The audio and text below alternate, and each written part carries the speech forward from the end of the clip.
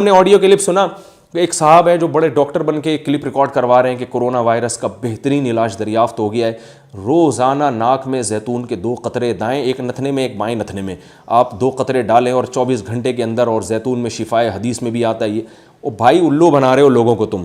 لوگ جناب پھیلا رہے ہیں ویڈیو آڈیو اس کی کہ ماشاء اللہ زیتون وہ اس کرونا کا علاج. یہ پاگل ہے، دنیا میں اربوں لاکھوں ڈالر خرچ کر رہی ہے وائرس کے علاج کے لیے. اگر یہ زیتون کے 2 قطرے ناک میں ٹپکانے سے ہو جاتا تو پھر مسئلہ ہی حل ہو جاتا. کوئی بھی مکھنچو اٹھ کے کچھ بھی پھیلا دے، پبلک اس کو شیئر کرنا شروع کر دیتی ہے. نبی صلی اللہ علیہ وسلم نے ارشاد فرمایا کفا بالمرء کذبا ان یحدث بکل ما سمع. انسان کے جھوٹا ہونے کے لیے کافی ہے کہ ہر سنی سنائی بات کو آگے نقل کر دے. ایک اور صاحب کا میسج سنا کہ اسٹیم لینے سے وائرس کا جڑ سے خاتمہ ہو جائے گا. ایسا بھی نہیں ہے، اسٹیم لینے سے فائدہ ہوتا ہے لیکن جڑ وڑ سے خاتمہ نہیں ہوتا. اتنے مزے نہیں آ رہے کہ سب لوگ اسٹیم لینا شروع کر دیں تو وائرس دنیا سے ختم ہو جائے گا. تو کچھ چیزیں ہیں، کچھ ٹوٹکے ہیں، کسی حد تک فائدہ پہنچا سکتے ہیں شاید وہ. تو اس لیے اس بارے میں کوئی مستند ڈاکٹر تلاش کر کے ان سے معلومات حاصل کیا کریں. جو بھی واٹس ایپ پہ فیس بک پہ مکھنچو اٹھ کے بیٹھ کے لوگوں کو الو بنانا شروع کر دے، ڈاکٹر ہوتے بھی نہیں ہیں ویسے ہی اپنے آپ کو ڈاکٹر کہنا شروع کر دیا. اور کچھ فلاسفر ہے جو کبھی کوئی یہودیوں کی سازش، کوئی امریکہ کی سازش، کوئی ہمیں نہیں پتا سازش ہے ہی، لیکن سازش ہونے کے دلائل نہیں ہے ہمارے پاس. ہو سکتا ہے سازش ہو لیکن ہمیں کیا پتا، ہمیں تو گراؤنڈ ریئلٹی دیکھنی ہے. تو کیا وبائیں ہمیشہ سے پھیلی نہیں ہیں؟ دنیا میں ہمیشہ وبائیں پھیلی ہیں اور بڑے لاکھوں لوگوں کو لقمہ اجل بنا دیا انہوں نے، اور مسلمانوں میں بھی پھیلی ہیں. بعض لوگ اس خوش فہمی کا شکار ہیں کہ وہ چونکہ انگریز شراب پیتے ہیں، زنا کرتے ہیں، گناہ کرتے ہیں تو اس لیے وبا آ رہی ہے. مسلمان چونکہ حج عمرہ کرتے ہیں ان میں وبا نہیں آئے گی. اور بھائی صحابہ کرام میں وبائیں پھیلی ہیں، بڑے بڑے صحابہ کا انتقال ہوا ہے وبا میں. ابو عبیدہ ابن جراح رضی اللہ تعالی عنہ اور معاذ ابن جبل اور بہت سارے صحابہ ہیں جن کا، خالد ابن ولید رضی اللہ تعالی عنہ. اور علامہ ذہبی رحمہ اللہ تعالی کی آپ تاریخی کتاب اٹھا کے دیکھیں، انہوں نے یہ بیان کیا ہے کہ مسلمانوں میں ایسی وبائیں، قرطبہ میں ایک وبا پھیلی تھی غالباً 5ویں صدی ہجری میں. وبا پھیلی تھی کہ اتنے جنازے اٹھے تھے، حالانکہ وہ تو بڑے نیک مسلمان تھے، اتنے جنازے اٹھے تھے، اتنے کہ مسجدوں پہ تالے پڑ گئے تھے. تغلق الابواب، مسجدوں بند کر دی گئی تھی اس لیے کہ نماز پڑھنے والا کوئی بچا ہی نہیں تھا.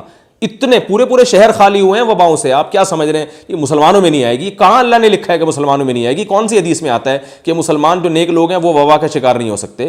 ابھی جو کرونا وائرس سے جو ہلاکتیں ہو رہی ہیں ان میں تو نیک لوگوں کی تعداد زیادہ ہے، زیادہ نہ بھی ہو تو اکثر نہ بھی ہو تو بڑی تعداد ہے. ابھی جو میجر صاحب کا انتقال ہوا ہے کل، جن کو آرمی کے کل یا پرسوں ان کی کرونا وائرس سے ان کی شہادت ہوئی ہے، اللہ ان کی درجات بلند فرمائے. جو ریٹائر میجر تھے، تبلیغی جماعت میں نکلے ہوئے تھے، وہ وبا سے ان کی ہلاکت ہوئی ہے.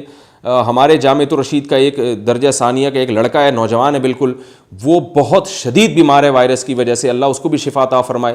تو بہت سے دیندار لوگ ہیں، ایک 5 وقت کا نمازی بچہ اس کا انتقال ہو گیا وائرس کی وجہ سے. میں ڈرا نہیں رہا آپ کو، اللہ ہم سب کو بچا کے رکھے، لیکن اس خوش فہمی میں نہ رہیں کہ یہ امریکہ اور اٹلی کے جو لوگ چونکہ کافر ہیں تو ان کو وبا آئے گی، تو جو تہجد گزار مسلمان ہیں ان کو نہیں آئے گی وبا. وبا نہیں دیکھتی کہ نیک کون ہے برا کون ہے، وہ جب آئے گی تو آئے گی. تبھی حدیث میں آپ صلی اللہ علیہ وسلم نے فرمایا، بخاری مسلم کی حدیث ہے کہ عذاب یبعثہ اللہ علی من یشاء من عبادہ ثم یجعلہ رحمۃ للمؤمنین. جس پہ چاہتا ہے اللہ اس کو عذاب بنا کے مسلط کرتا ہے اور مومنین کے لیے اس کو رحمت بنا دیتا ہے.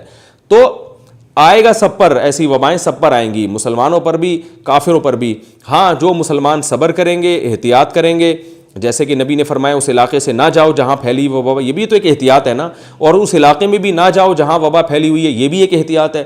تو جو مسلمان احتیاط کریں گے، اللہ پہ توکل کریں گے، گناہوں سے توبہ کریں گے، ان کے لیے رحمت بن جائے گی. تو یہ ہمارے لیے تسلی کی بات ہے کہ اگر آپ توبہ کر لیتے ہیں اس وبا میں تو ہلاک ہو بھی گئے تو انشاءاللہ جنت میں جائیں گے.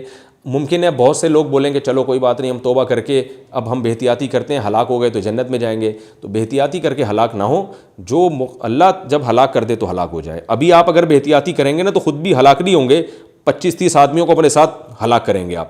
وہ ایک کسی نے بڑی اچھی مجھے وہ کارٹون بھیجا، کارٹون تو نہیں، ایک واٹس ایپ پہ ایک چیز شیئر کی کہ ایک فوجی جو ہے نا میدان جنگ میں گدھے کو کندھے پہ اٹھا کے سفر کر رہا ہے. تو کسی نے کہا کہ یہ گدھا اس کا کچھ لگتا نہیں ہے، ماموں چاچا نہیں ہے، یہ جو فوجی گدھے کو اتنا پروٹوکول دے رہا ہے کہ اپنے کندھے پہ اٹھا کے گدھے کو لے کے جا رہا ہے.